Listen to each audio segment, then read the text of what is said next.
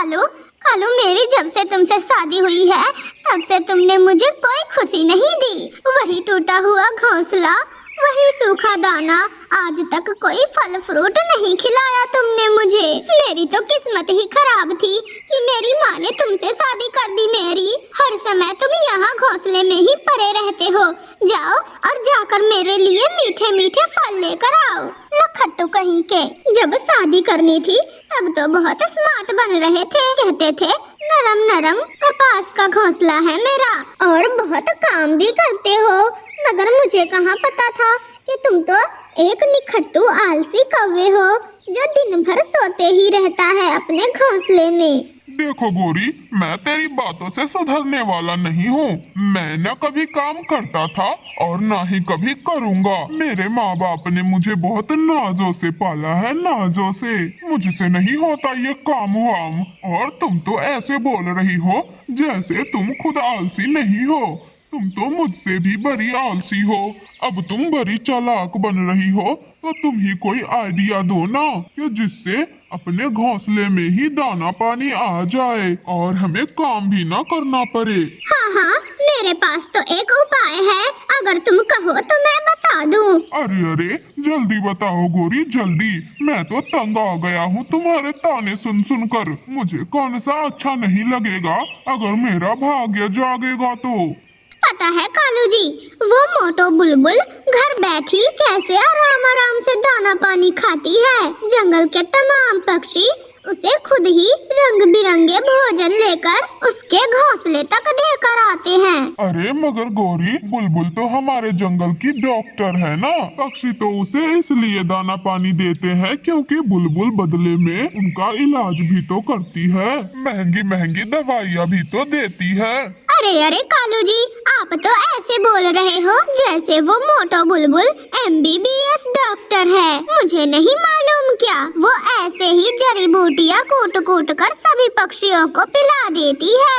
ये तो हम भी कर सकते हैं, इसमें कौन सी बड़ी बात है। चलो आओ मेरे साथ। फिर गोरी कवि कालू कौवे को लेकर दूसरे जंगल में उल्लू बैद जी के पास चली जाती है।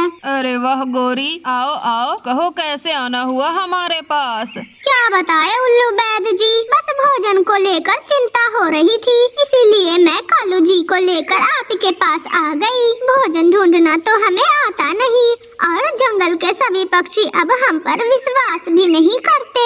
उल्लू बैद जी, हम आपके पास इसलिए आए हैं क्योंकि आपके पास वो पक्षियों को बीमार करने वाली दवा है। आप जरा वो दवा हमें भी दे दे तो हमारा भी काम बन जाएगा। हाँ उल्लू बैद जी, पता है हमारे जंगल में ना वो मोटो बुलबुल का राज चलता है। वो ही सभी पक्षियों का इलाज करती है और खूब दाना बटोरती है। अच्छा, तो ये बात है। मगर गोरी, मैं तुम्हें बता दूं वो दवा मेरे पास है तो, मगर अगर जंगल के पक्षियों को ये बात पता चल गई तो तुम दोनों को बहुत मार पड़ने वाली है। अरे बैद जी, उसकी चिंता आप ना करो, किसी को पता नहीं चलेगा। अच्छा, तो फिर ये ले जाओ और इस दवा का 2-3 कतरा नदी में डाल देना जहाँ से सभी पक्षी पानी पीते हैं। और फिर जब सारे पक्षी बीमार होकर तुम्हारे पास आए तो तुम उन्हें ये दवा पिला देना। फिर वो दोनों कौवे वहाँ से वो दवाइयाँ लेकर अपने घोंसले में चले आते हैं। गोरी, तुम्हें ध्यान है ना कि ये दवा पक्षियों को ठीक करने वाला है और ये बीमार, मैं इस बीमार करने वाले दवा को रात में नदी के पानी में मिला दूंगा और तुम इस दवा को संभाल कर रखना। हाँ कालू जी, मैं बहुत अच्छे से संभाल कर रखूंगी इस दवा को। ऐसे दिमाग लगाकर वो दोनों कौवे अपने घोंसले में लेट जाते हैं और गहरी रात होने का इंतजार करने लगते हैं। मेरे प्यारे दोस्तों, अगर आप लोगों ने अब तक हमारे चैनल टूनी कार्टून टीवी को सब्सक्राइब नहीं किया है तो फिर जल्दी से जाकर अभी सब्सक्राइब कर लीजिए दोस्तों।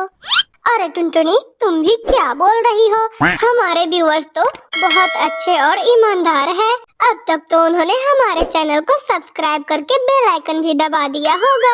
आज सुबह से ही टुनटुनी चिड़िया बहुत उदास अपने घोंसले में बैठी हुई थी कि तभी उसके पास गोरी कवि आती है। गोरी कवि तो थी ही बहुत चतुर चालाक और वो टुनटुनी चिड़िया से कहती है, अरे टुनटुनी बहन, क्या हुआ? आज तुम इतनी उदास क्यों बैठी हुई हो मुंह फुलाकर? अब क्या बताऊं गोरी बहन, कल से ही भूखी हूँ, अभी तक एक भी दाना नहीं मिला। बहुत जोरों की भूख लगी हुई है। अच्छा, तो ये बात है, भूख तो मुझे भी लगी हुई है बहुत जोरों की, लेकिन अब हम कर भी क्या सकते हैं? जंगल में तो सूखे का मौसम चल रहा है और अभी कहीं भी दाना नहीं मिल रहा। मैं भी सुबह से ही भोजन की तलाश में ही घूम रही हूँ टुनटुनी बहन। अच्छा, तो फिर तुमने क्या सोचा है गोरी बहन? तुम तो बहुत चतुर चालाक हो ना, कुछ न कुछ जुगाड़ तो लगाया ही होगा तुमने। हाँ, ये तो तुमने बिल्कुल सही कहा टुनटुनी चिड़िया।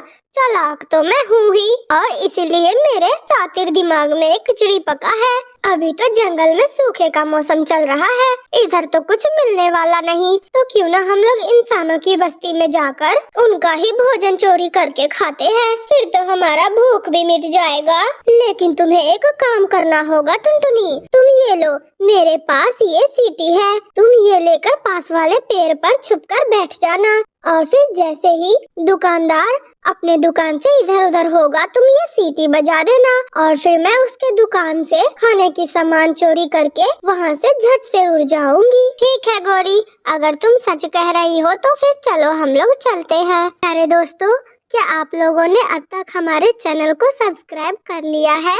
अरे टुनटुनी, तुम भी क्या कह रही हो? हमारे व्यूअर्स ना बहुत अच्छे और ईमानदार हैं। अब तक तो उन्होंने हमारे चैनल को सब्सक्राइब करके बेल आइकन भी दबा दिया होगा। हाँ टुनटुनी, तुम यहीं पर बैठी रहो, ये बहुत अच्छा जगह है। अभी तुम इस इंसान पर नजर रखो और फिर जैसे ही ये दुकान से इधर उधर होगा, तुम ये सीटी बजा देना बस, फिर मुझे मौका मिल जाएगा और फिर मैं आराम से चोरी कर लूंगी। और फिर टुनटुनी चिड़िया बिल्कुल ऐसा ही करती है। जैसे ही दुकानदार इधर अपने ग्राहकों में उलझा रहता है, वैसे ही तुरंत टुनटुनी चिड़िया सीटी बजा देती है और फिर गोरी कवि झट से दुकान से खाने की चीजें लेकर उड़ जाती है। अरे गोरी बहन, अब बैठ भी जाओ कहीं, मुझे बहुत जोरों की भूख लगी हुई है और मुझसे अब उड़ा नहीं जा रहा। फिर गोरी कवि एक जगह पर बैठती है और फिर थोड़ा सा भोजन टुनटुनी चिड़िया को देती है। अरे गोरी, शर्म करो, तुम्हारे साथ मैंने भूखे पेट इतना परिश्रम किया और तुम मुझे इतना हिस्सा दे रही हो, मेरा तो पेट भी नहीं भरेगा इतना सा खाना से। गोरी, मुझे बराबर हिस्सा दो, मुझे मेरा हिस्सा चाहिए। हिस्सा चाहिए? बड़ी आई हिस्सा लेने वाली, चल चल भाग यहाँ से, तुझे नहीं मिलने वाला कोई हिस्सा विस्सा यहाँ से। ये सब कुछ मैंने किया है, मेरा परिश्रम नहीं था क्या? तुम तो सिर्फ पेड़ पर बैठी थी और सीटी बजाने से क्या होता है? अगर मैं हिम्मत से फुर्ती से काम न लेती तो क्या तुम ये खाना खा लेती पेड़ पर बैठी बैठी? बताओ बताओ टुनटुनी, बड़ी आई हिस्सा लेने वाली। फिर गोरी कवि सारा ही भोजन लेकर वहाँ से उड़ जाती है और बेचारी टुनटुनी चिड़िया उतने से खाने से ही अपना गुजारा कर लेती है। अगले दिन सुबह सुबह ही फिर से गोरी कवि टुनटुनी चिड़िया के घर आ जाती है और उसे कहती है, बहन, टुनटुनी बहन कैसी हो?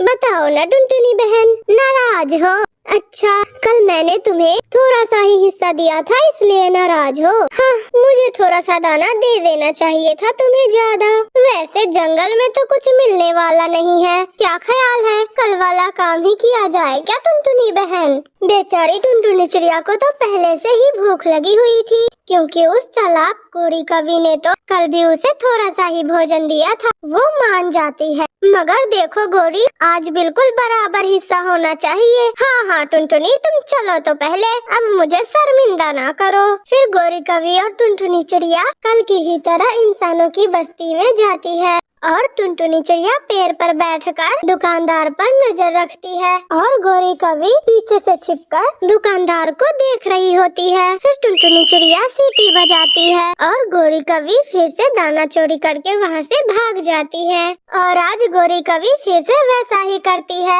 टुनटुनी चिड़िया को थोड़ा सा भोजन देकर सारा ही भोजन स्वयं ही चट कर जाती है और बेचारी टुनटुनी चिड़िया मुंह देखती रह जाती है। बेचारी टुनटुनी चिड़िया बहुत परेशान हो जाती है गोरी कवि से। फिर टुनटुनी चिड़िया एक उपाय सोचती है और वो गोरी कवि को सबक सिखाने का ठान लेती है। और फिर अगले दिन टुनटुनी चिड़िया खुद ही गोरी कवि के घर जाती है। और गोरी बहन, क्या ख्याल है, चले कल वाले काम पर? अरे आज सूरज किस दिशा से उगाया है? टुनटुनी चिड़िया और मेरे घर। हाँ टुनटुनी, क्यों नहीं, चलो। मगर देखो टुनटुनी, हिस्सा तुम्हें उतना ही मिलेगा। अगर तुम खुश हो इस बात से तो चलो, नहीं तो फिर मैं अकेली ही काफी हूँ, मैं अकेली ही चली जाऊंगी। अरे हाँ गोरी बहन, मुझे अपना हिस्सा याद है, तभी तो मैं यहाँ आई हूँ। अब चलो भी। फिर गोरी कवि और टुनटुनी चिड़िया पहले ही की तरह फिर से जाते हैं और टुनटुनी चिड़िया अपनी जगह बैठ जाती है और गोरी कवि पीछे से छुपकर देखने लगती है।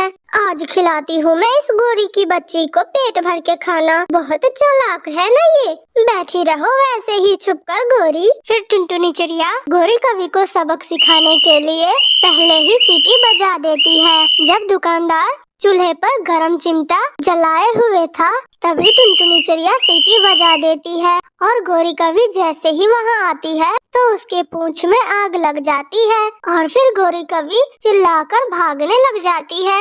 हाय हाय, मेरी पूंछ जल गई। टुनटुनी चिड़िया की बच्ची, ये तुमने मेरे साथ बिल्कुल भी अच्छा नहीं किया। मैं छोड़ूंगी नहीं तुझे, मेरी पूंछ जल गई। अरे चल काली कवि की बच्ची, गंदी शक्ल की कवि, और तुम जो मेरे साथ रोज करती हो, इतने मेहनत करने के बाद भी वो क्या ठीक है? लालची बुरी कवि कहीं की। चल अब तू भाग जा यहाँ से, मुझे तुम्हारी कोई जरूरत नहीं है, मैं खुद ही अपने लिए दाना ढूंढ लूंगी। दुष्ट कवि, बुरी कवि कहीं की। ऐसा कहते हुए टुनटुनी चिड़िया वहाँ से जाने लगती है और फिर जाते जाते कहती है, और हाँ सुनो गोरी की बच्ची, अपने जले हुए पूंछ पर मरहम पट्टी जरूर करवा लेना। मेरे प्यारे दोस्तों, अगर आप लोगों को ये कहानी अच्छी लगी हो तो वीडियो को लाइक, और अगर आप लोगों ने अभी तक हमारे चैनल टूनी कार्टून टीवी को सब्सक्राइब नहीं किया है तो फिर जल्दी से जाकर अभी सब्सक्राइब कर लीजिए।